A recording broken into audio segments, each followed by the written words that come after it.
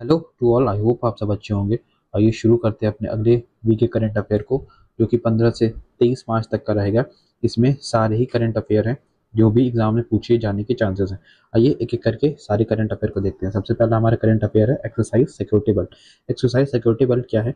ये एक naval drill थी जिसको ईरान, चाइना और रशिया के द्वारा किया गया था मिलके, और इसमें जो पाकिस्तान था एज अ ऑब्जर्वर के रूप में शामिल था। ये एक मिलिट्री एक्सरसाइज था।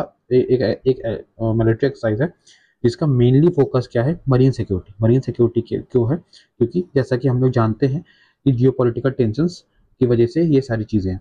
आपको ये सारी चीज़ें तो पता ही होंगी कि आजकल दुनिया में टेंशन बढ़ रहे हैं, स्पेशली अगर हम बात करें मिडिल ईस्ट और इंडो पैसिफिक रीजन में। ईरान, रशिया और चाइना चाहता है कि उनका इन्फ्लुएंस इन एरिया में स्ट्रांग बना रहे, और ये एक्सरसाइज उनकी यूनिटी और मिलिट्री स्टैंडर्ड को दिखाता है। अगर हम और बात करें, इसमें दो दो जगह इंपॉर्टेंट है, अरेबियन सी और गल्फ ऑफ ओमान। ये बहुत इंपॉर्टेंट ट्रेड और ऑयल सप्लाई है। हम लोग जैसा जानते हैं इसी रूट पे स्मगलिंग और एनिमी की इंटरफेरेंसेस से बचने के लिए और ये रूट को सिक्योर करने के लिए ये करना ज़रूरी था। ये एक्सरसाइज एक सेफ्टी बेल्ट बनाता है ताकि कोई भी थ्रेट ना हो सके। इसी वजह से एक्सरसाइज सिक्योरिटी बेल्ट किया गया। अगर आपको आई होप ये आपको समझ में आया हो। लोग रटते हैं और समझते हैं नहीं, और फिर बाद में धीरे धीरे भूल जाते हैं। अब आप ये चीज़ नहीं भूलेंगे एक्सरसाइज सिक्योरिटी बेल्ट क्यों किया गया। आइए अपने अगले करंट अफेयर की तरफ चलते हैं। आर्मेनिया एंड अजरबैजान ने साइन किया है peace treaty. Peace treaty sign किया है किस चीज़ को लेके?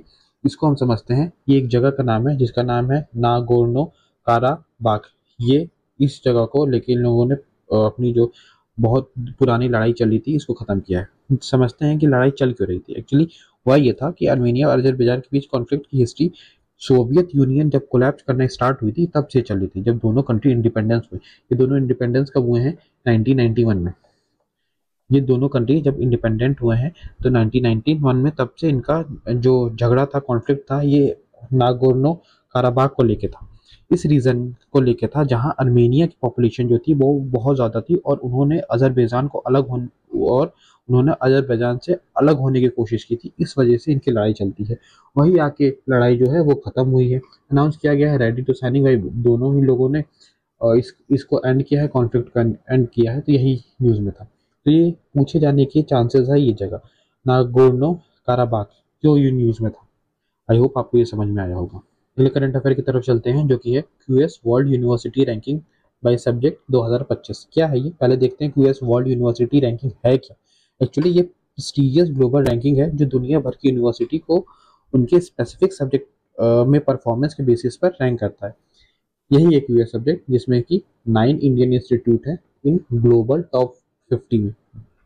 ठीक, एमआईटी जो है वो पहले नंबर पे है ऑल ओवर इंडिया में। हार्वर्ड जो है लीड कर रहा है सबसे ज़्यादा बायोलॉजिकल साइंस में। आई होप ये करंट आपको समझ में आया होगा। आइए देखते हैं अपने अगले करंट अफेयर की तरफ जो है multi modal logistic park. Multi modal logistic park देखने से पहले सबसे पहले समझते हैं ये है क्या।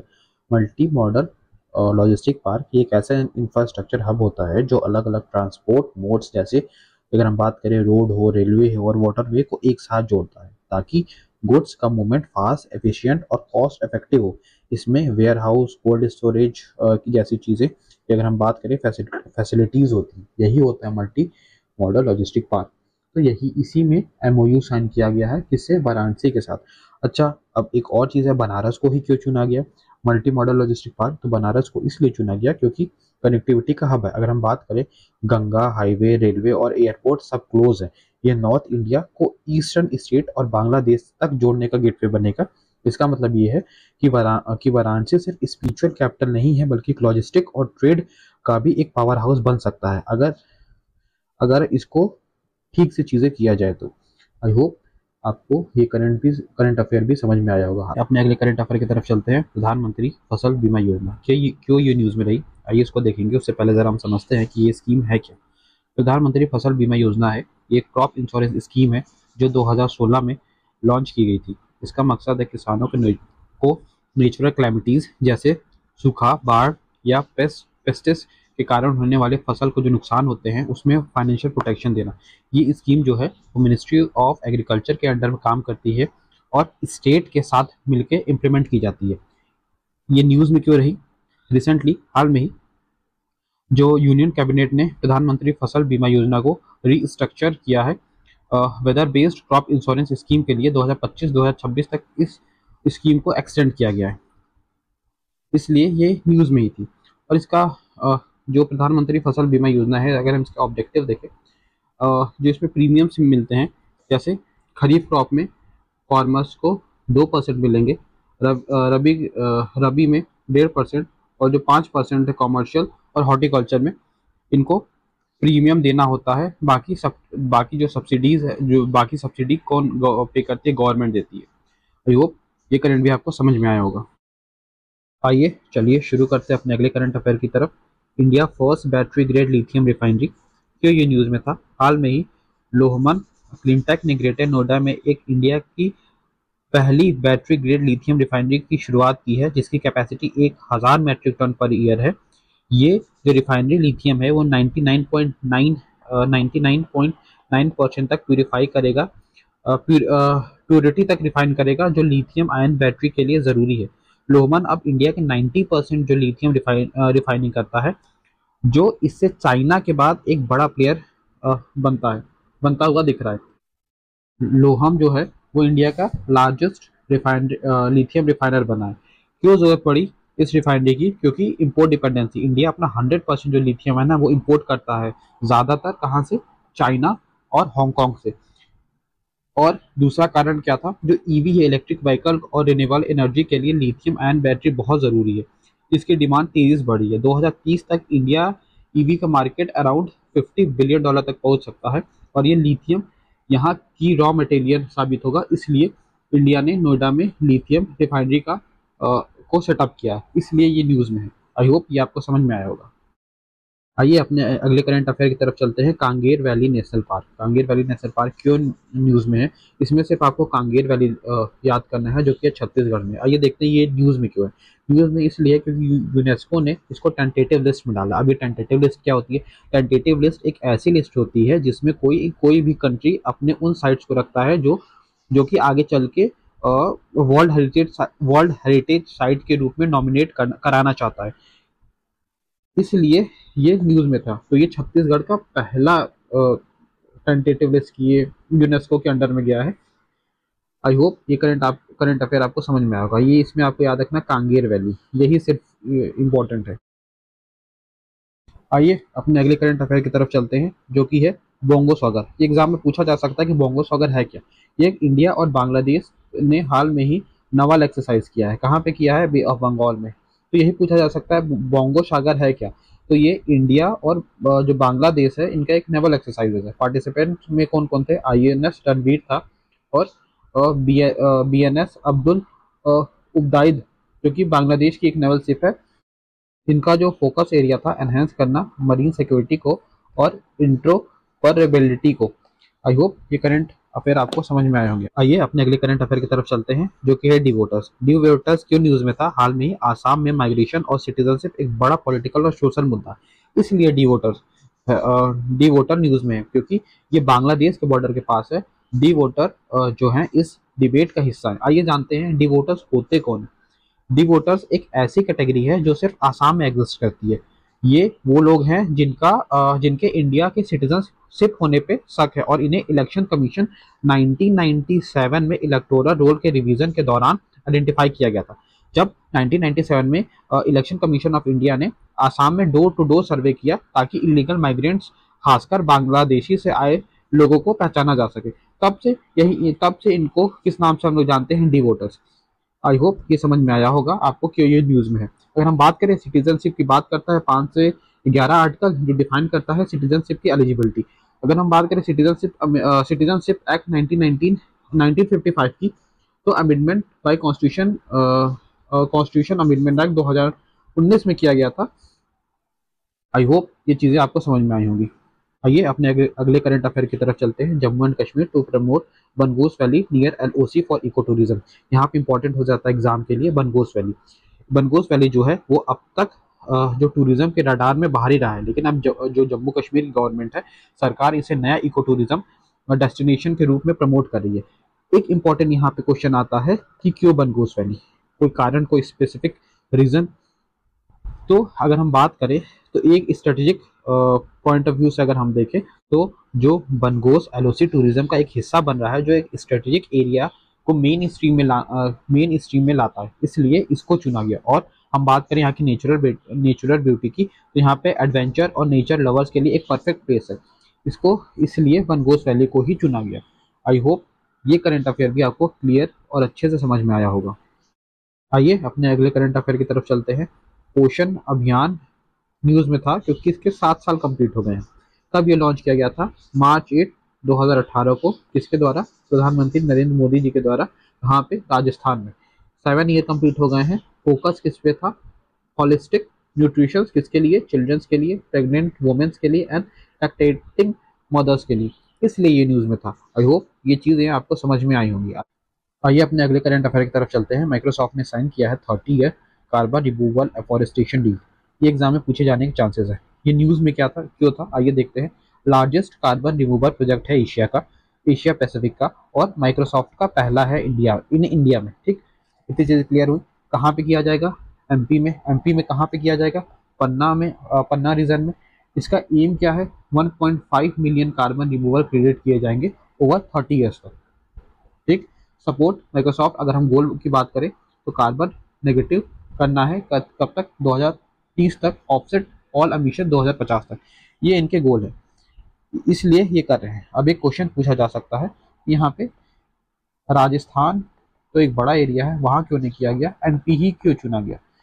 ये पूछे, ये सपोज ये हम आप इस पूछ रहे हैं कि क्यों ऐसा किया गया, तो इसका अगर हम रीजन देखें तो बायोडाइवर्सिटी है, वाटर कंजर्वेशन, कम्युनिटी सपोर्ट में अगर हम बात करें, फार्मर्स को कार्बन क्रेडिट रेवेन्यू और फ्रूट मेडिकल ट्री से इनकम मिलेगी और लोकल इकोनॉमी बूस्ट होगी, इसलिए एमपी को चुना गया। वाटर कंजर्वेशन की अगर हम बात करें तो इसमें प्रोजेक्ट में पॉन्ड्स और ड्रिप इरिगेशन जैसे इंफ्रास्ट्रक्चर शामिल होंगे, जो ड्रॉट पॉन्ड में एमपी के लिए जरूरी होंगे।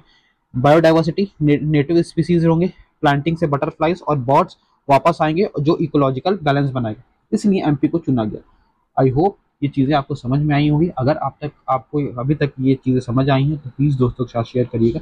लाइक अच्छा लगे तो ही करिएगा, नहीं तो कोई बात नहीं।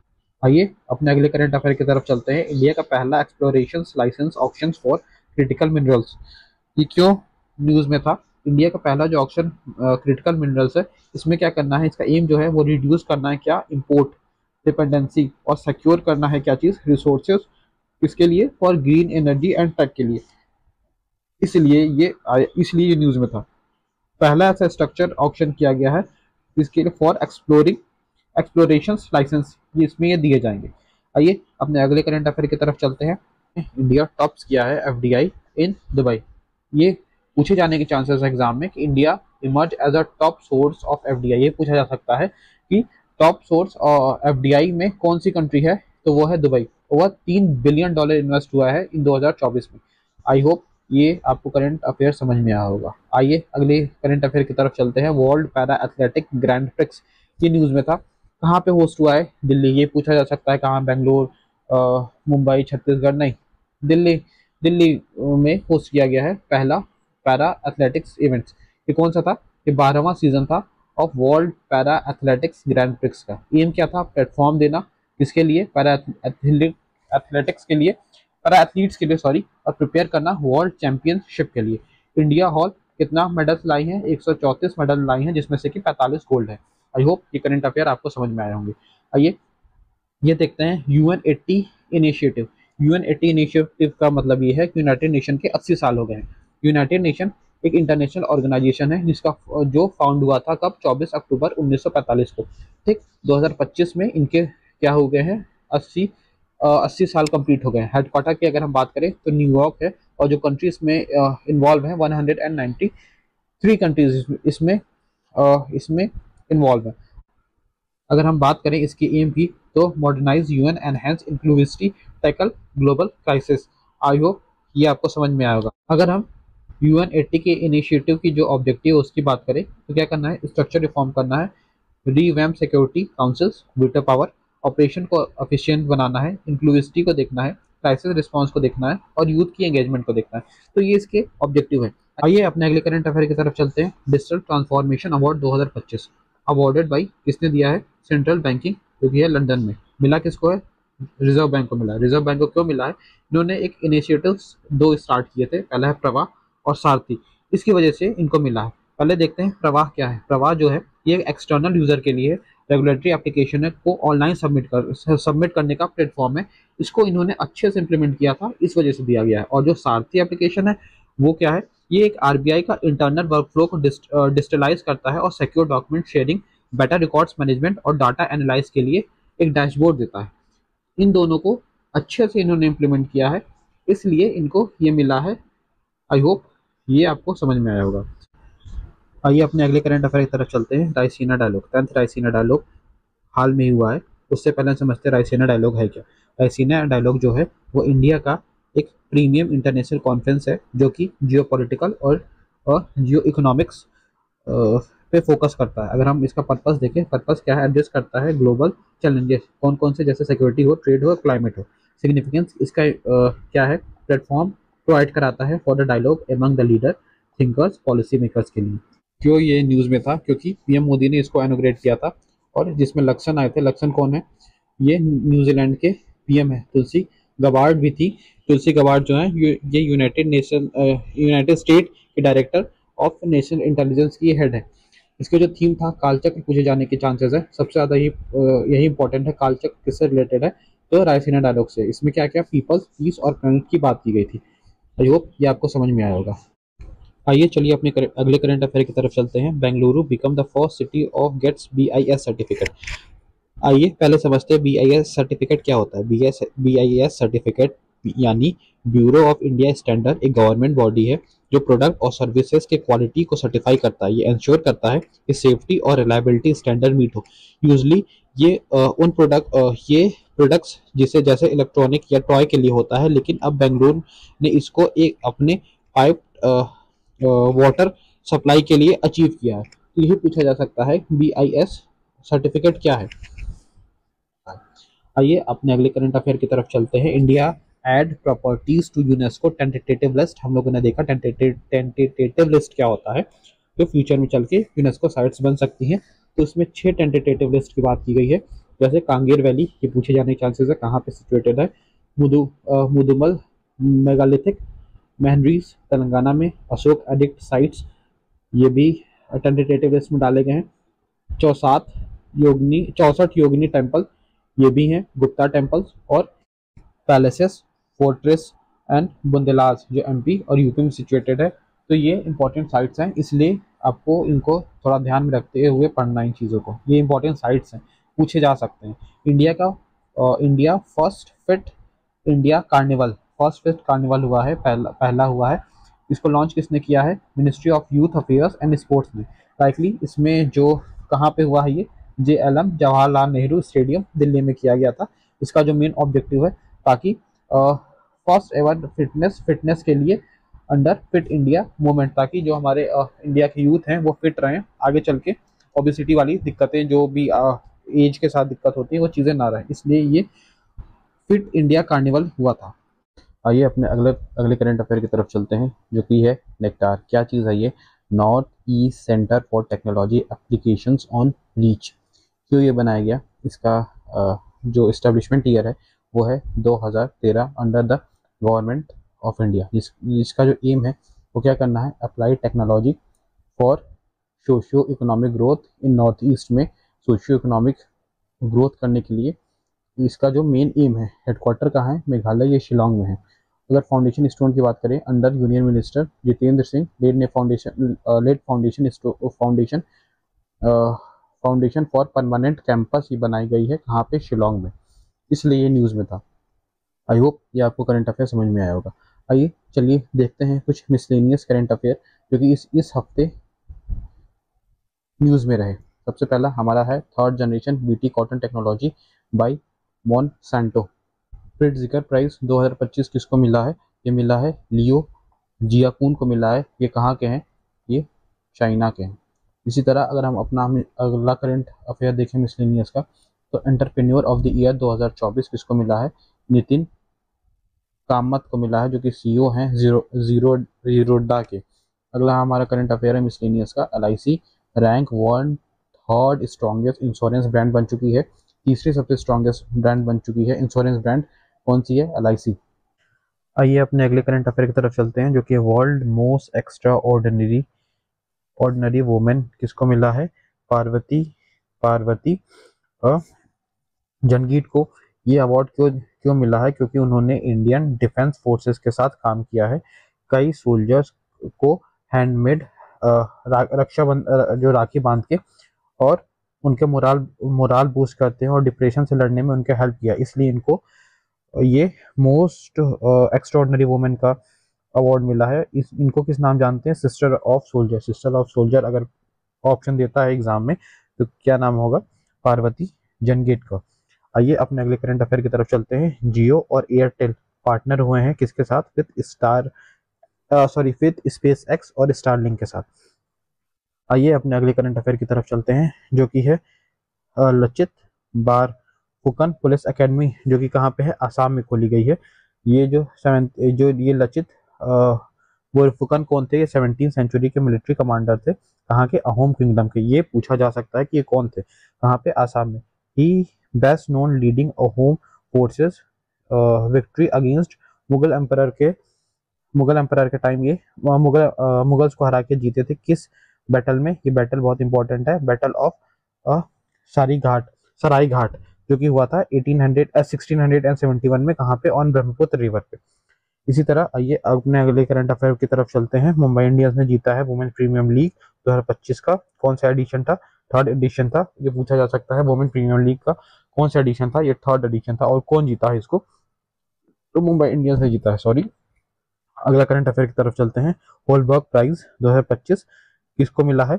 गायत्री अ, गायत्री चक्रवर्ती को मिला है। It is often dubbed for the Nobel of humanity, इनको बोला जाता है। आई होप यहाँ तक कि आपको करंट अफेयर सारे समझ में आए होंगे। और भी कुछ करंट अफेयर है जिसको मैं कुछ दिन बाद दे दूंगा। अगर ये वीडियो आपको पसंद आई है तो प्लीज़ लाइक शेयर सब्सक्राइब ज़रूर करिएगा। चलिए तब तक के लिए बाय बाय।